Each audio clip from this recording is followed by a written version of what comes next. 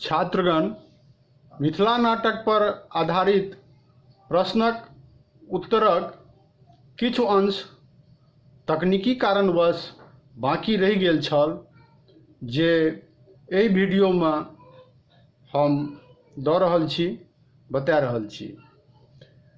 मिथिला नाटक पर आधारित प्रश्नक जे पहिलुका भाग छै तकरा देखबाक लेल, तकरा सुनबाक लेल, तकरा बुझबाक लेल जे पहिल भाग छै प्रश्नक, ताहि वीडियो के देखी।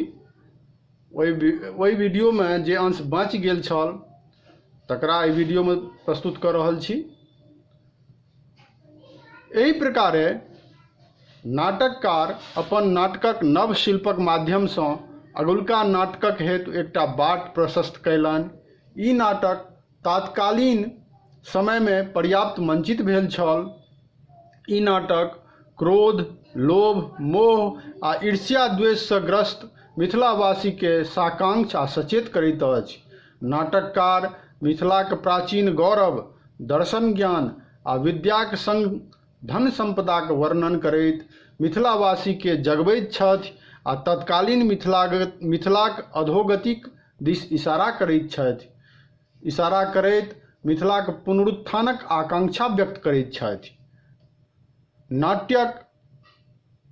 नाटकक ई कथानक आ नाट्य शिल्पक ई विधा मानवीय दुर्गुण सँ ग्रस्त आ अधोगतिक दिस अग्रसर मिथिलावासीक लेल एकटा महान औषधिक काज करैत अछि। मिथिलावासी एहि नाटककेँ देखला आ पढ़लाक बाद आत्मचिन्तनक लेल बाध्य भऽ जाइत छथि।